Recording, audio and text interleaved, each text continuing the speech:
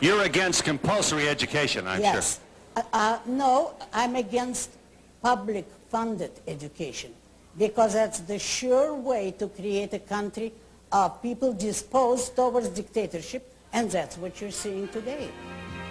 And we'll be back with Ayn Rand in just a moment.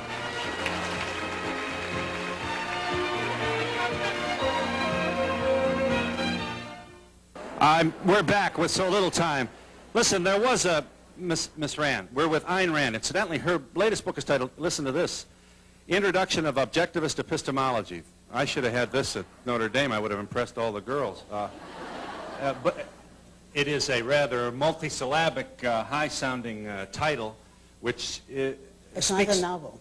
Right, which speaks to your philosophy of objectivism. That's right. I just have one point that I think should be made, Ms. Rand, with time fleeting here.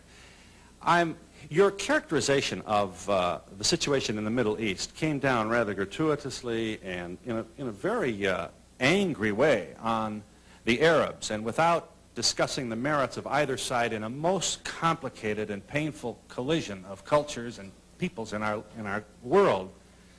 Why couldn't the millions of men, women, and children who are Arab and who find themselves in this desperate conflict and look around wondering where peace will be, why can't they be angry with you for your characterization of them, your slap at them, your roundhouse criticism of them, when you don't seem to be able to tolerate a questioner who suggests that she disagrees with you?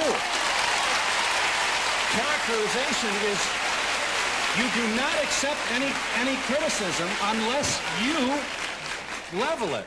No. I don't resort to terrorism. I don't go around murdering my opponents, innocent women and children.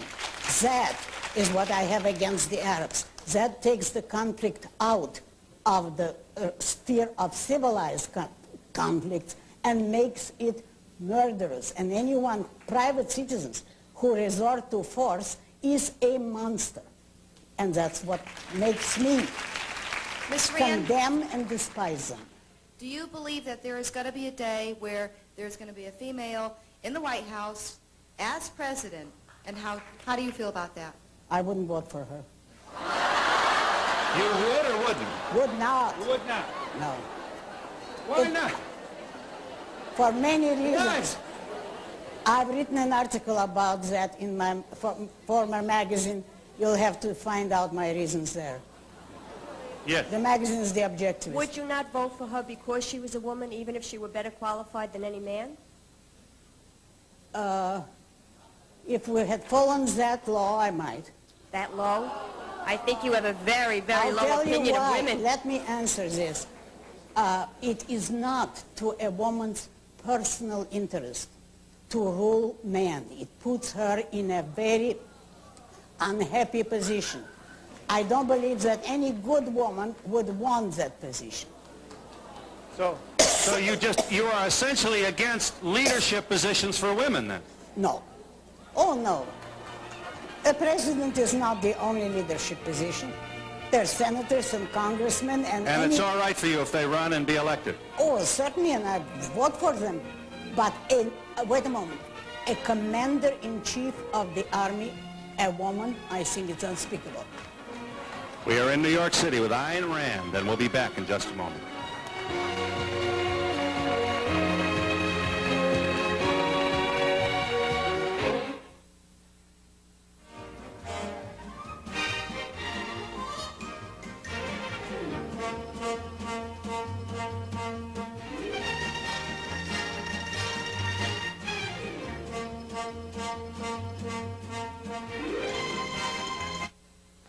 We're back. Yes.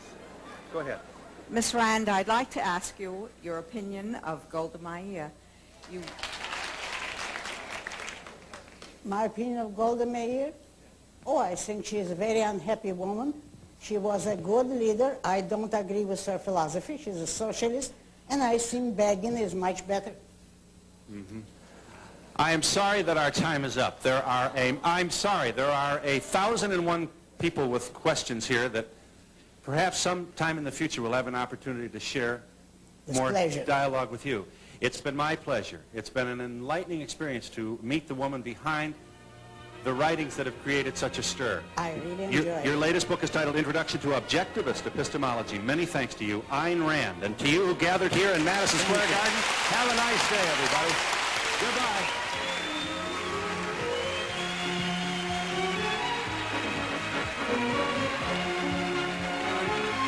Good doctors are anxious to talk about the nuclear nightmare that sat practically in their own backyard. And on our next show from New York, consumer activist Ralph Nader talks about how it could have been prevented and what he wants to happen now.